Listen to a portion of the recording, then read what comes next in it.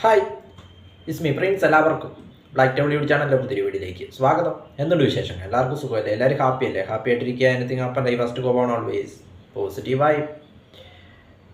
ട്രംപിൻ്റെ രണ്ടാം വരവിൽ വീണ്ടും അദ്ദേഹം ലോകത്തെ ഞെട്ടിച്ചിരിക്കുകയാണെന്ന് പറയാം. കാരണം നിരവധി നിയമങ്ങളും അല്ലെങ്കിൽ നിരവധി കർക്കശ നിയമങ്ങളൊക്കെയാണ് അദ്ദേഹം തുടരെ എടുത്തുകൊണ്ടിരിക്കുന്നത്. അതിൽ ചിലത് നമ്മൾ കണ്ടതാണ്. അതായത് മറ്റ് രാജ്യക്കാരെ അനധികൃതമായി അവിടെ കുടിയേറിയ മറ്റ് രാജ്യക്കാരെ നാട് കടത്തുന്നു.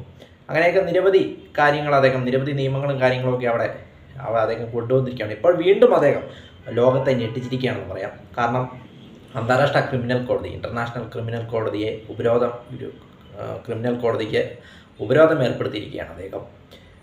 അതിന് കാരണമെന്ന് പറയുന്നത് അമേരിക്കയും ഇസ്രായേലിനെ ലക്ഷ്യം വെച്ചുകൊണ്ടുള്ള കോടതിയുടെ നടപടികളാണ് ഇതിന് കാരണമെന്നാണ് ട്രംപ് പറയുന്നത്. അതായത് ഗാസയിലെ ഹമാസിനെതിരെയുള്ള യുദ്ധത്തിൽ നിരവധി പേരെ ഇസ്രായേൽ കൊന്നൊടുക്കിയിരുന്നു. അപ്പോൾ അതിനെതിരെ നവംബറിൽ തന്നെ ഇൻ്റർനാഷണൽ ക്രിമിനൽ കോടതി ഇസ്രായേൽ പ്രസിഡന്റ് ബെഞ്ചമിൻ നെതന്യാഹുവിനെ അറസ്റ്റ് വാറണ്ട് പുറപ്പെടുവിച്ചിരുന്നു. അപ്പം തന്നെ അമേരിക്കയും ഇസ്രായേലും അതിനെ എതിർത്തിരുന്നു. ഇസ്രായേലും അതിനെ കർശനമായിട്ട് എതിർത്തിരുന്നു. അപ്പോൾ ട്രംപ് അധികാരത്തിലെത്തിയ ഉടനെ ഇപ്പോഴത് അന്താരാഷ്ട്ര ക്രിമിനൽ കോടതിക്ക് ഉപരോധം ഏർപ്പെടുത്തിയിരിക്കുകയാണ്. അതായത് ട്രംപ് പറയുന്ന ഇപ്രകാരമാണ്. അതായത് ഇസ്രായേലിനെ ലക്ഷ്യം വെച്ചുകൊണ്ടുള്ള നടപടികൾ, അതോടൊപ്പം അമേരിക്കയ്ക്കെതിരെയുള്ള പ്രാഥമിക അന്വേഷണങ്ങൾ, അങ്ങനെ രണ്ട് രാജ്യങ്ങൾക്കും എതിരെയുള്ള അന്വേഷണങ്ങളൊക്കെ അവർ നടത്തുന്നത് അതുകൊണ്ടാണ് അങ്ങനെ ചെയ്യുന്നതെന്ന് പറഞ്ഞ് അദ്ദേഹം ഒരു എക്സിക്യൂട്ടീവ് ഉത്തരവിൽ അദ്ദേഹം ഒപ്പുവെച്ചു. അങ്ങനെ ഇൻ്റർനാഷണൽ ക്രിമിനൽ കോടതിക്ക് ഉപരോധം ഏർപ്പെടുത്തിയിരിക്കുകയാണ്.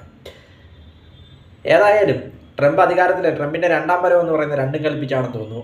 അനുദിനമാണ് അദ്ദേഹം പുതിയ കാര്യങ്ങൾ ചെയ്തുകൊണ്ട് ലോകത്തെ ഞെട്ടിച്ചുകൊണ്ടിരിക്കുന്നതെന്ന് പറയും. ഇതിൽ നിന്ന് വ്യക്തമാകുന്നു അമേരിക്കയും ഇസ്രായേലും നല്ല സഹകരണത്തിലാണെന്നും തങ്ങൾക്കെതിരെ എന്തെങ്കിലും ചെയ്താൽ അവരെ തങ്ങൾ ഉപരോധിക്കുമെന്ന രീതിയിലുള്ള ഒരു ഇതിലേക്കാണ് ലോകം, അല്ലെങ്കിൽ ഇസ്രായേലിൻ്റെയും അമേരിക്കയുടെയും ആ ഒരു ജോയിൻറ്റിൽ അല്ലെങ്കിൽ എന്തും ചെയ്യാമെന്നുള്ള ആ ഒരു ഇതിലേക്കാണ് ഇന്ന് ലോകം പോയിക്കൊണ്ടിരിക്കുന്നതെന്ന് തോന്നുന്നു. കാരണം അവരാണ് ഇനി കാര്യങ്ങൾ തീരുമാനിക്കുന്ന രീതിയിലേക്കാണ് ഇപ്പോൾ പോയിക്കൊണ്ടിരിക്കുന്നത്. പല ലോകരാജ്യങ്ങളിലും ട്രംപിനെതിരെ കടുത്ത പ്രതിഷേധങ്ങളാണ് ഉയരുന്നത്. കാനഡയിലായിക്കോട്ടെ, ചൈനയിലായിക്കോട്ടെ, മെക്സിക്കോയിലായിക്കോട്ടെ, ഇന്ത്യയിലുൾപ്പെടെ. കാരണം ഇന്ത്യയിൽ നമ്മുടെ ഇന്ത്യക്കാരെ അധികൃതമായി കുടിയേറിയ ഇന്ത്യക്കാരെ നാട് കടത്തിയപ്പോൾ ചങ്ങലക്കിട്ടാണ് അവരെ നാട് കടത്തിയത്. അതിനെതിരെ വൻ പ്രതിഷേധമായിരുന്നു ഇന്ത്യയിലുടനീളം നടന്നത്. പ്രത്യേകിച്ച് പാർലമെൻറ്റിലൊക്കെ പ്രതിപക്ഷ പാർട്ടികൾ ഇതിനെതിരെയൊക്കെ പ്രതിഷേധിച്ചിരുന്നു. അപ്പോൾ ഇന്ത്യൻ പ്രധാനമന്ത്രി നരേന്ദ്രമോദി അടുത്തയാഴ്ച അമേരിക്കൻ പ്രസിഡന്റുമായിട്ട് കൂടിക്കാഴ്ച നടത്തുന്നുണ്ട്. അപ്പോൾ ഈ കാര്യം ഉന്നയിക്കുമെന്നാണ് കേന്ദ്ര മന്ത്രിസഭ പറയുന്നത്. അതോടൊപ്പം കാനഡയ്ക്കും ചൈനയ്ക്കും അല്ലെങ്കിൽ മെക്സിക്കോയ്ക്കും ഒക്കെ നികുതി ഏർപ്പെടുത്തിയതിനെതിരെ വൻ പ്രതിഷേധമായിരുന്നു അവിടെ എല്ലാം ഉയർന്നു വരുന്നത്. കാരണം കാനഡയിൽ നടന്നൊരു ഫുട്ബോൾ മാച്ചിനിടെ അമേരിക്കയുടെ ദേശീയഗാനം ആലപിച്ചപ്പോൾ കാണികൾ കൂകി വിളിക്കുകയായിരുന്നു. അങ്ങനെ ലോകത്തിലെ പല ഭാഗത്തു നിന്നും നിരവധി പ്രതിഷേധങ്ങളാണ് ട്രംപിന് അനുദിനമായിട്ട് നേരിടേണ്ടി വരുന്നതെന്ന് പറയാം. അപ്പോൾ ഇപ്പോഴിതാ ഇത് ഇസ്രായേലിനെയും അമേരിക്കയും ലക്ഷ്യം വെച്ചുകൊണ്ടുള്ള നടപടികൾ നടക്കുന്നു എന്ന് പറഞ്ഞ് ഇൻ്റർനാഷണൽ ക്രിമിനൽ കോടതിയെയും ട്രംപ് ഉപരോധത്തിൽ ഏർപ്പെടുത്തിയിരിക്കുകയാണ്. ഏതായാലും മറ്റൊരു ന്യൂസും കൂടി ഇങ്ങനെ കേൾക്കുന്നു. ഗാസ ട്രംപ് അമേരിക്ക ഏറ്റെടുക്കാൻ പോകുന്നു എന്നുള്ളൊരു ന്യൂസൊക്കെ കേൾക്കുന്നത്. അതായത് ഗാസയിലുള്ള ആളുകളെല്ലാം ഒഴിപ്പിച്ചതിന് ശേഷം ഗാസ മുനമ്പ് ഇസ്രായേൽ അമേരിക്കയ്ക്ക് വിട്ടു നൽകുമെന്നൊക്കെയാണ് ഇങ്ങനെ പറയുന്നത്. ന്യൂസിലൊക്കെ ഇങ്ങനെ കാണുന്നു.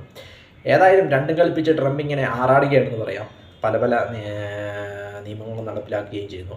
അതോടൊപ്പം ഈ ഉത്തരവ് അല്ലെങ്കിൽ ഈ ഒരു ഉപരോധം ഏർപ്പെടുത്തുന്നതിന് അതായത് കഴിഞ്ഞ ചൊവ്വാഴ്ച ഇവർ തമ്മിൽ കൂടിക്കാഴ്ച നടത്തിയിരുന്നു. അതായത് അമേരിക്കൻ പ്രസിഡന്റും ഇസ്രായേൽ പ്രധാനമന്ത്രിയും തമ്മിൽ കൂടിക്കാഴ്ച നടത്തിയിരുന്നു. ട്രംപും ബെഞ്ചമിൻ നെതന്യാഹുവും തമ്മിൽ കൂടിക്കാഴ്ച നടത്തിയിരുന്നു എന്നതും ശ്രദ്ധേയമാണ്.